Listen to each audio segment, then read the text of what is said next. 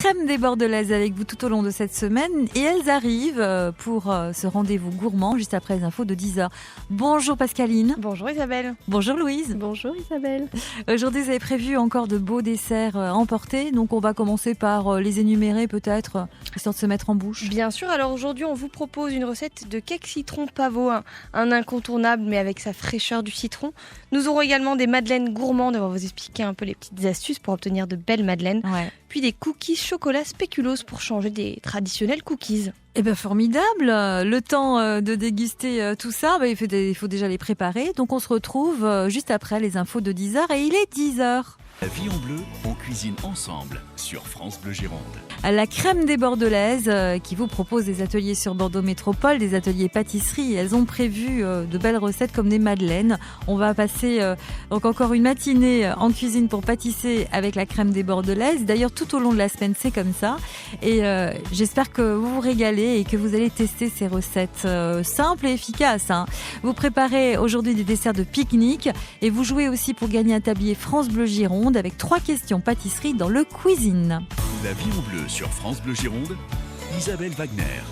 Pascaline Camblon et Louise Frénéard avec vous, la crème des Bordelaises. Pascaline, c'est vous qui lancez l'atelier pâtisserie aujourd'hui. Tout à fait, on va parler aujourd'hui des pique-niques. Alors, pique-nique pour ceux qui ont la chance d'être encore en vacances aujourd'hui et puis dessert à emporter pour ceux qui sont dans les bouchons. On pense justement à ce chassé-croisé qu'on a aujourd'hui. Et des études ont montré que 71% des Français déclarent faire des pique-niques et c'est pour les femmes à 60% que les pique-niques, ça a le plus d'importance. Les jeunes aussi ne sont pas dans le reste, avec 62% des jeunes qui justement adorent aller s'allonger sur l'herbe ou sur la plage pour croquer un petit bout de sandwich. Par ailleurs, c'est au soleil, dans le sud-ouest, que ce format de repas est le plus associé à un été réussi. 62% justement des répondants de cette région estiment qu'il y a eu un bel été s'ils ont réussi à sortir pour faire leur petit pique-nique. Et vous parlez tout à l'heure avec votre petit jeu textile et tout nu. Alors on va faire un petit saut pour un pique-nique un peu insolite qui restera marquant cet été puisque le 30 juin dernier, dans l'espace spécial du bois de Vincennes, l'association des naturistes de Paris a lancé un rassemblement record avec un pique-nique géant réunissant environ 1000 participants tout nus. Ah oui ? Eh bien oui. Il y a des pique-niques pour tout le monde, après tout, pourquoi pas ? Bah oui, voilà, pourquoi pas, comme vous dites, pourquoi pas. Alors dans pique-nique, forcément, il y a des petites connotations, petites portions, on se dit c'est du sucre, c'est du salé, on va faire aussi des petits sandwichs, des choses comme ça, mais il faut aussi penser à ces petites bouchées sucrées parce que le pique-nique, c'est aussi un repas complet, du début à la fin. N'est-ce pas Louise ? Exactement, il faut une petite touche sucrée, sinon le repas n'est pas fini pour moi. Mais bien c'est sûr. Primordial. Voilà. Donc les recettes aujourd'hui sont à préparer effectivement pour partir en pique-nique ensuite. Sont des recettes simples, je le disais, efficaces parce que vous avez choisi les madeleines et puis d'autres recettes assez gourmandes que tout le monde apprécie en famille. On va commencer par la première recette. Qu'est-ce qu'il faut comme ingrédient ? Alors, pour la recette, la première recette qu'on va faire aujourd'hui, on fait un cake citron pavot. Ouais. Un classique mais très facile à emporter et qui amène un peu de fraîcheur avec le citron pour peu qu'il fasse un peu chaud sur la plage. Le côté classique avec le cake, oui, mais avec citron pavot, c'est moins classique déjà. Avec le cake, j'entendais bien. Oui, d'accord. Et pour cette recette, il va vous falloir, alors notez bien, 200 g de farine, 200 g de beurre mou, 180 g de sucre, 4 œufs entiers, un sachet de levure chimique, un gros citron jaune, 2 cuillères à soupe pleines de pavot justement, 3 cuillères à soupe de sucre glace. Et la recette ici, elle est toute simple. On va mélanger notre beurre mou, donc là il fait un peu chaud, c'est pas compliqué de le rendre mou, le sucre de manière à obtenir une crème mousseuse. On ajoute ensuite les œufs, le zeste du citron, le jus d'un demi-citron. On incorpore la farine et la levure et on mélange et après on ajoute les graines de pavot. Vraiment c'est très simple, on peut faire ça même dans son batteur directement. On met dans un moule beurré et non fariné et ensuite on enfourne dans un four bien sûr préchauffé à 180 degrés pendant 25 minutes. Moi, mon petit conseil lorsque vous réalisez des cakes de ce genre, je fais une petite astuce de ma maman, j'huile un petit peu mon moule, j'enlève le surplus avec un papier absorbant et après je recouvre de sucre. Et à la cuisson, ça fait un caramel et c'est quand même plus sympa que de la farine. Une petite croûte caramélisée, on fait toujours ça. Je vous ai dit que j'étais gourmande. Vous le saviez depuis le début de la semaine quand même. Et la petite astuce aussi pour que le cake se développe bien et craque bien, parce qu'on aime bien avoir cette petite craquelure au milieu pour bien que ça développe. On met juste un petit filet de beurre pommade vraiment au centre avant la cuisson. Et en fait, ça va permettre à notre cake de bien s'ouvrir et bien se développer. Voilà, et c'est souvent, ça fait un petit M, un petit peu. Voilà, c'est dû au beurre pommade qu'on met dessus. Ah bah super, mais alors 2 belles astuces. Merci beaucoup, la crème des bordelaises. Nous revenons dans un instant pour la suite de ces recettes. J'espère que vous avez le temps de noter au 05 56 19 10 10. Vous pouvez aussi poser vos questions à la crème des bordelaises. Elles sont avec vous dans La Vie en Bleu. On cuisine ensemble et on pâtisse. La Vie en Bleu, on cuisine ensemble sur France Bleu Gironde. Crème des bordelaises à Bordeaux pour pâtisser tout au long de cette semaine. Et on va commencer à écouter une histoire, celle des madeleines, avec vous, Louise Frénéard. Exactement, on va parler madeleine, on va vous raconter la petite histoire et après la recette. Pour la petite histoire, la jolie forme de coquille des madeleines vient tout simplement des sœurs espagnoles qui créèrent ce gâteau et le firent cuire pendant longtemps dans des coquilles Saint-Jacques. Et oui, c'est improbable. Et oui, c'est ça qui donne ce petit zébré qu'on trouve en dessous de la madeleine. En fait, ça vient de ça. De la coquille Saint-Jacques. Exactement. Ah oui, d'accord, c'est rigolo étonnant. ça, oui, c'est étonnant. Et alors pour la madeleine, maintenant on la voit plutôt sous une forme allongée. C'est un exercice assez facile, je dirais, parce que c'est vrai que très souvent quand on commence la pâtisserie, on commence par les madeleines. Et surtout Madeleine de Proust, la petite madeleine que notre grand-mère nous faisait. Et surtout pour obtenir une jolie bosse aussi, parce qu'on reconnaît une belle madeleine quand elle a cette jolie bosse. On appelle ça tétonner. Pour obtenir une jolie bosse, il faut la laisser au frigo jusqu'au moment de la faire cuire. L'idéal étant de la faire la veille. Vous pouvez, c'est impératif même de beurrer vos moules à madeleine et de fariner un petit peu. Et après de pocher directement votre appareil à madeleine dedans et de laisser tout ça au frigo et après de les cuire le lendemain. Ah oui. C'est le choc thermique en fait qui ça. crée cette bombe de la madeleine. D'accord, La voilà. levure. Ok. Et si on veut rajouter du chocolat ensuite dessus? On peut faire un appareil à madeleine, un duo, c'est-à-dire un appareil à madeleine vanillé et chocolat qu'on poche en duo sur notre moule, ou tout simplement faire directement tout chocolat. Ou après, à la sortie du four, on peut rajouter du chocolat fondu à l'intérieur. À la sortie du four, c'est top, parce que du coup, le chocolat va vraiment imbiber toute la mie et ce moelleux de la madeleine, et donc c'est assez sympa. Oh là, je l'ai déjà le goût de la madeleine en bouche là, vraiment c'est waouh. La recette, Pascaline. Eh ben, la recette de la madeleine, elle est toute simple et attention, c'est une recette qui fait fureur par chez moi, donc je vous passe ma recette. Ce n'est pas n'importe laquelle, attention. C'est nos recettes. C'est nos recettes, attention. Ouais. Il faut 150 g de farine, 125 g de beurre fondu, 150 g de sucre, 2 œufs, 2 cuillères à soupe de lait, 1 cuillère à café de levure. Et alors là, ce qu'on disait, c'est au choix, soit on la laisse nature avec de l'arôme de vanille ou des petites gousses de vanille, ou moi, je rajoute souvent des pépites de chocolat ou un peu de noix de coco râpée.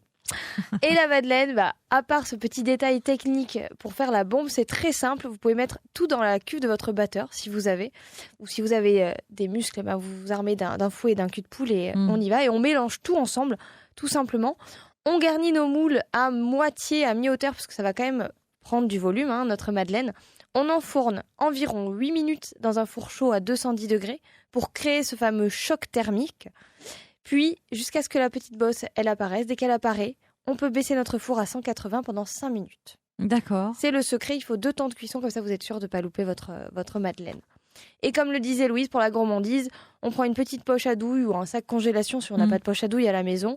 On met du miel, du caramel, du chocolat, peu importe selon les gourmandises. Et à la sortie du four, on va faire avec notre poche à douille en fait un petit insert dans les fesses de notre madeleine et mettre un petit peu de cette gourmandise. Ça va imprégner, ça va être délicieux. Ou même un peu de confiture, comme on parlait hier. La petite confiture qu'on a fait semaine dernière ou le mois d'avant ou l'année dernière, parce que c'est une conserve. Oui. On insère un petit peu de confiture dedans, une petite marmelade aussi, ça peut être très sympa. Un peu de mâche et puis un petit côté amertume si on part sur la marmelade d'orange qu'on a fait hier ensemble.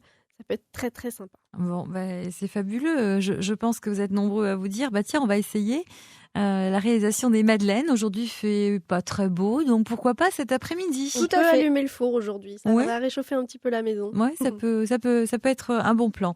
Alors, on revient dans un instant avec Louise Frénéard et avec Pascaline Camblon, la crème des bordelaises, pour une autre recette pâtisserie.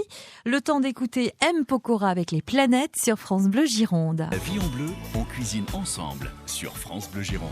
Juste avant de passer à la prochaine recette de cookies chocolat spéculoos avec la crème des Bordelaises, Louise Frénéard et Pascaline Camblon, il y avait une astuce aussi de pro pour les madeleines dont vous vouliez nous parler, Pascaline. Tout à fait. Alors moi j'ai travaillé au restaurant Le 4e Mur sur Bordeaux, donc le restaurant de Monsieur Etchebest, et je vais divulguer une petite information. Ils font de délicieuses madeleines et eux ils les recouvrent en fait d'un glaçage citron sucre glace dès qu'elles sortent du four. Comme on pourrait faire pour un cake, en fait, vous préparez un glaçage avec une moitié de jus de citron, à peu près l'équivalent en quantité de sucre glace. Il faut que ça reste quand même assez liquide. Vous pouvez même rajouter un petit filet d'eau pour que la texture, justement, soit plus agréable. Et avec un pinceau, on arrose l'ensemble des gâteaux dès sa sortie du four et on attend que ça fige un peu avant de déguster. C'est un délice. Ça apporte un petit coup de peps et on peut même mettre un petit peu de zeste de citron dans la préparation madeleine aussi. Des petits zestes de citron pas trop longs, sinon après en bouche c'est pas très agréable, mais au moins on peut faire ça 48 heures avant dans notre appareil, comme ça infuse bien dans notre madeleine et là on a toute l'explosion du citron et la douceur de la madeleine. Ah là là, la madeleine, qu'est-ce que c'est bon. Alors les cookies chocolat spéculoos, on les attend aussi de pied ferme et on vous attend aussi d'ailleurs au 05 56 19 10 10 pour jouer aux cuisines pour un tablier France Bleu Gironde. Les cookies, Pascaline. Cookies chocolat spéculoos, aujourd'hui on va se régaler. Et pour cette recette il va vous falloir 220 g de farine, 200 g de pépites de chocolat noir, 80 g de pâte de spéculoos qu'on trouve aujourd'hui très facilement dans le commerce, de l'extrait de vanille liquide, 70 g de beurre, un œuf, 100 g de sucre cassonade, du sucre en poudre, du bicarbonate, levure chimique et sel. Non mais pas beaucoup de beurre en fait. Il n'y a pas tant de beurre que ça. Alors ça dépend des recettes. Dans celle-ci, on a quand même un apport un peu gras avec la pâte de spéculoos. Donc ça. Je suis gourmande, mais je veux pas non plus rouler pour sortir de la radio tellement j'aurais mangé. Donc, je calme le beurre sur cette recette cette fois-ci, Isabelle. On va laisser le beurre en dehors du frigo pour obtenir, comme on en parlait tout à l'heure, un beurre pommade. Et dans le saladier, vous mettez votre beurre, le sucre cassonade, votre pâte de spéculoos et 2 cuillères à soupe de sucre. Vous mélangez déjà le tout. Ensuite, vous rajoutez votre œuf, 2 cuillères à café de vanille. On remélange tout ça. Alors, on fait vraiment par étapes pour éviter d'avoir des grumeaux. Je rajoute ensuite en pluie la farine, une demi-cuillère à café de bicarbonate, une demi-cuillère à café de levure et une pincée de sel. Pourquoi le bicarbonate ? Alors, le bicarbonate et la levure vont permettre en fait de développer votre cookie, parce qu'un cookie, même si ça paraît être un biscuit sec, ça gonfle un petit peu. Voilà, il gonfle un petit peu, sinon on a quelque chose qu'on a une biscotte, et là ça va nous donner un petit peu de moelleux. Voilà. C'est pas bon quand c'est biscotte, ça m'est arrivé une fois, c'est pas glop. Après ça se trempe dans un petit peu de lait, mais bon, c'est vrai que c'est quand même plus agréable quand on a croquant sur le dessus et moelleux à l'intérieur, c'est là qu'on a un cookie quand même bien réussi. On mélange bien toute cette préparation pour obtenir une pâte homogène et vous pouvez ensuite rajouter là les pépites de chocolat. On mélange une dernière fois, puis vous prenez votre plaque de cuisson avec un papier sulfurisé dessus. Vous formez des petites boules, alors un peu disparagées quand même, faut pas non plus qu'elles se collent à la cuisson. On enfourne toujours dans un four chaud à 180 degrés pendant 13 minutes. Et après, vous dégustez soit directement en sortie du four avec un lait froid. Moi, c'est mon petit plaisir. Eh ben, dites donc, Louise, vous aimez bien les cookies aussi ? J'adore ça. J'adore ça. Et pour avoir travaillé au Meurice, les cookies qu'on faisait là-bas, c'était juste une tuerie. Et la petite astuce, c'est vraiment aussi de peser vos boules de cookies. Alors, on fait 20 grammes, 25 grammes. Ça peut aller jusqu'à 30 grammes en général. Comme ça, on est sûr d'avoir tout le temps une régularité sur nos cookies. Et du coup, une régularité après sur la cuisson, qui est très importante parce que un cookie un peu trop cuit et puis l'autre au top, c'est dommage. On veut avoir nos 20 cookies topissimes. Et à chaque fois, à peu près entre 5 minutes, à chaque fois, on prend un cercle et on tourne autour de notre cookie pour le reformer, qu'il soit bien rond. Et du coup, ramener la pâte au centre pour lui donner encore un peu plus de volume. Et du coup, on a bien ce moelleux. Et quand on casse notre cookie, on a bien ce chocolat qui est bien fondu et pas sec à l'intérieur. Parce que moi, j'aime bien quand il y a un peu de texture, ce croquant, ce moelleux et puis ce chaud du chocolat fondu dedans. Ou même rajouter un praliné fait maison ou même du caramel juste 1 minute avant le four. On fait 3 petits points dans notre cookie et du coup, ça rajoute encore une note sucrée, mais quand même très gourmande. Eh ben, dites donc, les cookies, ça va être cookies party cet après-midi chez tout le monde, je pense, parce qu'avec toutes les astuces que vous venez de dévoiler, la crème des Bordelaises, merci. La vie en bleu, on cuisine ensemble sur France Bleu Gironde. 2 pâtissières invitées sur France Bleu Gironde tout au long de cette semaine pour vous parler des petits secrets de pro. Il y a Louise Frénéard et Pascaline Camblon pour la crème des Bordelaises, puisque c'est comme ça que s'appelle votre petite entreprise qui est en train de grandir et on est d'ailleurs très content pour vous. Alors, en fait, on se disait que quand on se lance en pâtisserie à la maison, c'est quand même pas la même chose que quand on est pro, parce que on connaît pas les termes de pâtisserie. Par exemple, quand on lit une recette, beurre pommade, bon, pour pas mal de personnes, on sait ce que c'est, quoique le beurre pommade, quand on n'a jamais fait de pâtisserie, ça devient tout de suite un casse-tête. C'est quoi le beurre pommade ? C'est vrai que c'est pas évident, on pourrait croire que c'est un ingrédient qu'on achète directement au supermarché au même titre que du beurre demi-sel par exemple. Mais pas du tout, en fait le beurre pommade c'est un beurre classique qu'on aura acheté, qu'on aura laissé ramollir un petit peu. Alors soit on l'active un petit peu avec un micro-ondes, l'idéal c'est quand même de le laisser à température ambiante. Il faut vraiment qu'il ait cette texture pommade, comme si vous pouviez l'étaler sur votre bras, comme si vous mettiez une crème hydratante. Voilà, on le travaille bien dans un cul de poule et surtout en pâtisserie. On n'appelle pas ça un récipient ou un saladier, mais un cul de poule. Alors ça peut paraître bizarre, mais il y a une petite histoire derrière ça. Tout simplement, à l'époque, ils allaient chercher les œufs dans le poulailler avec un récipient de forme rond en base, pour pas que les œufs se cassent quand on les assemble en nombre dedans. Et tout simplement, l'œuf sort du cul de la poule, donc ils ne sont pas allés chercher très loin. Ils ont appelé ça un cul de poule. Voilà, et c'est resté dans le métier en tout cas, comme plein de petits noms comme ça aussi. Alors ABC en pâtisserie, ça c'est pareil. Quand vous lisez la recette, ABC, ça veut dire quoi exactement ? ABC, c'est tout simplement abaisser la pâte, donc c'est étaler avec un rouleau la pâte finement à l'épaisseur souhaitée. Donc c'est vraiment étaler la pâte, pour faire simple. Mais abaisser, c'est le terme vraiment professionnel. Donc aplatir en fait une pâte. Et c'est ça. Bon. Et alors décuire en pâtisserie, qu'est-ce que ça signifie ? Alors décuire, c'est stopper la cuisson, notamment par exemple quand on fait des confitures ou un caramel. En fait, on va rajouter d'un coup un liquide un peu plus froid pour baisser le degré justement de cuisson et faire en sorte que ça arrête, pour pas qu'un caramel par exemple roussisse ou devienne trop brun. On va le stopper avec une crème liquide par exemple. C'est un choc thermique, en fait il faut qu'il y ait un choc thermique à ce moment-là, donc ou même quand on fait une crème anglaise, on la cuit jusqu'à 83 degrés pour qu'il y ait une pasteurisation, on va la verser dans un récipient et en dessous de ce récipient il y aura de l'eau très froide ou des glaçons. On appelle ça une glaçante qui va permettre de décuire et donc de refroidir notre crème anglaise pour stopper la cuisson. D'accord. Et enfin, très rapidement, les dosages aussi, quand on est professionnel, on a tout le matériel qu'il faut pour se lancer dans la pâtisserie. À la maison, parfois, ça pêche un peu. Alors bon, par exemple, si on n'a pas de balance pour le grammage, ou si on n'a pas un verre doseur, il y a encore ces petites astuces de prendre les petites cuillères ou les grandes cuillères pour les doses. Exactement, c'est pour ça que nous, on vous donne aussi pour les particuliers des recettes avec des petites astuces comme ça à base de cuillère à soupe ou cuillère à café. Alors, on ne fait pas non plus la montagne de sucre sur la cuillère à soupe, sinon on est sur 2 cuillères à soupe. Mais aussi la fameuse recette du gâteau au yaourt où le dosage, c'est un petit pot de yaourt pour le reste des ingrédients.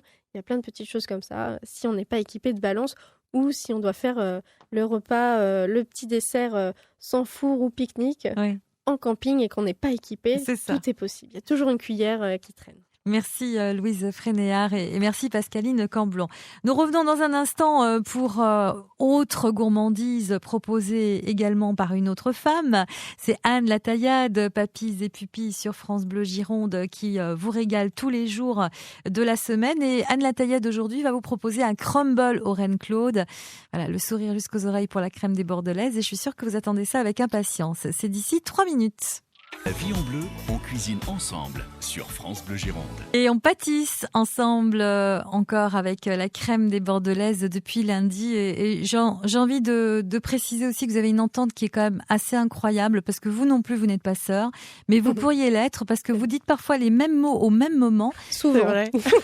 Ben voilà. On essaie de varier, mais souvent.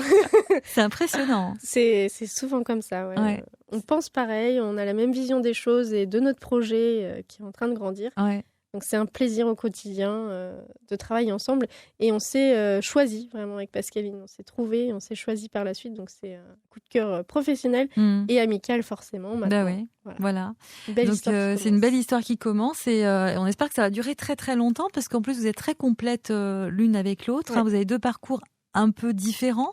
Voilà, donc des parcours quand même très illustres, on va dire, puisqu'on a parlé des gâteaux que vous avez fait quand vous étiez petite, mais après vous avez choisi vos carrières aussi. Et puis vous, Louise, vous nous expliquiez en antenne que vous aviez rencontré Pierre Hermé sans savoir qui c'était. C'est ça. Moi, j'ai rencontré Pierre Hermé, je lui ai parlé de mes soucis d'adolescente de carrière comme si c'était la personne du coin. Et après, j'ai couru après les étoiles et j'ai travaillé avec lui à ses côtés. C'était très, très, très chouette.